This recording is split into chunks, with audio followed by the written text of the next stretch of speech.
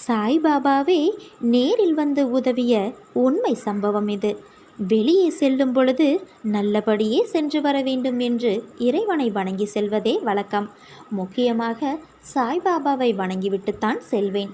நீண்ட நாட்களாகவே எனக்கு முழங்காலில் வலி உள்ளது. இருப்பினும் தவிர்க்க முடியாத நிலையில் உறவினர்கள் மற்றும் நண்பர்களது இல்ல விசேஷங்களுக்கு சென்று வருவேன்.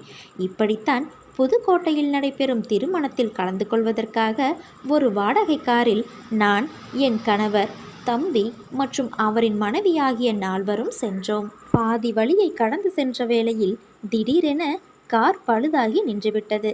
பேனட்டை திறந்து பரிசோதித்து பார்த்த டிரைவர், வண்டியில் என்ன பிரச்சனை என்று தெரியவில்லை, மெக்கானிக் வந்துதான் சரி செய்ய வேண்டும் என்றார்.